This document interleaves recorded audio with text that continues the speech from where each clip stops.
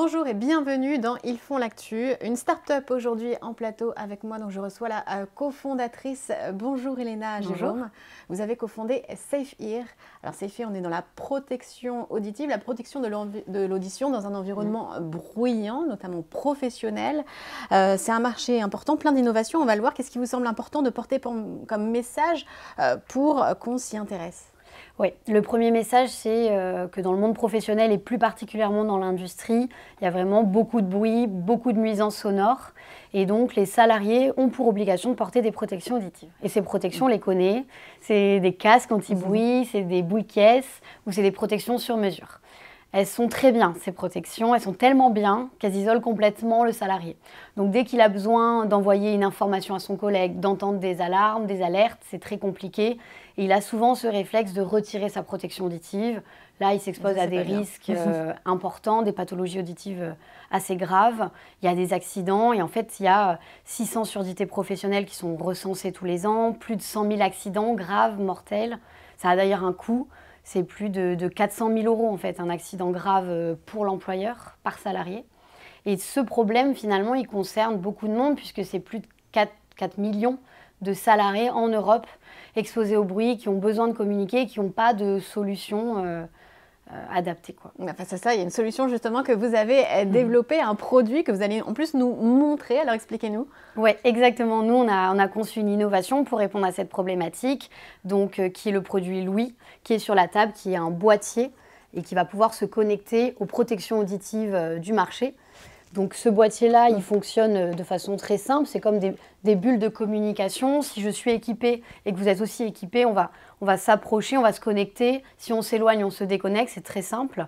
Et derrière, on a, nous, conçu des algorithmes de filtrage audio où on va pouvoir analyser l'environnement sonore de l'usine, se focaliser uniquement sur les voix, les rehausser et les transmettre en temps réel à notre collègue qui est juste à proximité.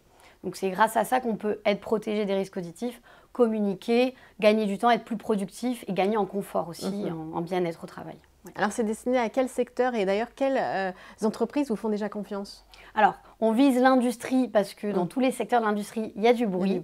Après on a des secteurs un peu plus précis, comme la métallurgie où on a pu avoir des entreprises qui utilisent notre produit comme Aperam ou ArcelorMittal.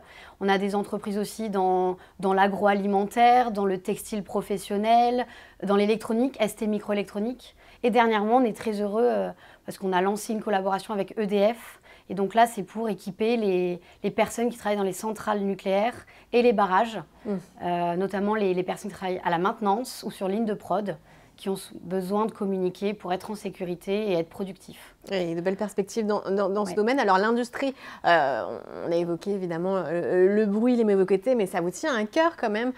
Vous qui avez fondé une start-up industrielle, finalement, comment est-ce que vous avez envie de rendre l'industrie attractive ? Qu'est-ce qu'il faut faire?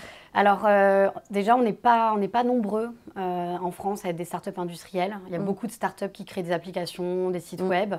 Donc plutôt fière d'avoir créé un produit en France, parce qu'il est made in France, le produit. Nous, ce qu'on veut montrer à travers notre entreprise, l'impact qu'on veut avoir, c'est qu'on veut montrer qu'en étant jeune, en étant aussi une femme, sans être ingénieur, parce que moi je ne suis pas ingénieur, on peut aller dans l'industrie, on peut créer des entreprises, on peut créer des innovations en France, les fabriquer en France. Tout ça, c'est possible. Moi, je suis vraiment tombée dans l'industrie par hasard, je dirais, pas forcément par volonté au début. Et j'ai découvert que c'était un secteur incroyable où voilà, il y a plein d'innovations. On a, je pense, un rôle à jouer dans la réindustrialisation en Europe, en France.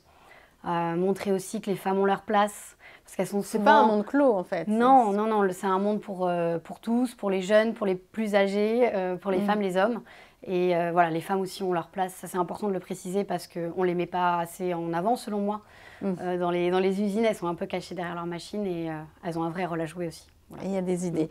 Alors vous, donc une start-up en phase de création-lancement, vous êtes en phase de levée de fonds aussi, donc c'est-à-dire que vous cherchez des financements. Qui est-ce que vous aimeriez voir rentrer à votre capital? Oui, donc là on est en cours de la deuxième levée de fonds.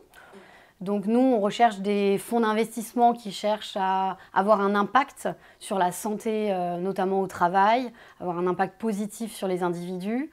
On est aussi labellisé Deep Tech, donc on recherche des fonds qui souhaitent œuvrer pour les nouvelles technologies en France, des business angels ou bien des corporate ventures. Donc ça, c'est vraiment des fonds issus des industries. Et c'est grâce à eux qu'on va pouvoir se propulser. En fait, on souhaite utiliser ces fonds-là pour industrialiser en série, avoir plus de 1000 pièces industrialisées en France pour pouvoir livrer nos clients, contractualiser avec des distributeurs, recruter pour agrandir l'équipe et vraiment se développer à l'international. Et le premier pays, c'est l'Allemagne parce qu'il y a un fort potentiel industriel. Ouais. Et oui, il faut aller les voir. Donc, il faut les forces industrielles et commerciales. C'est ça. Merci beaucoup, Elena Jérôme. Je rappelle que vous êtes cofondatrice de SafeHear. C'était Ils font l'actu. À bientôt pour une prochaine émission.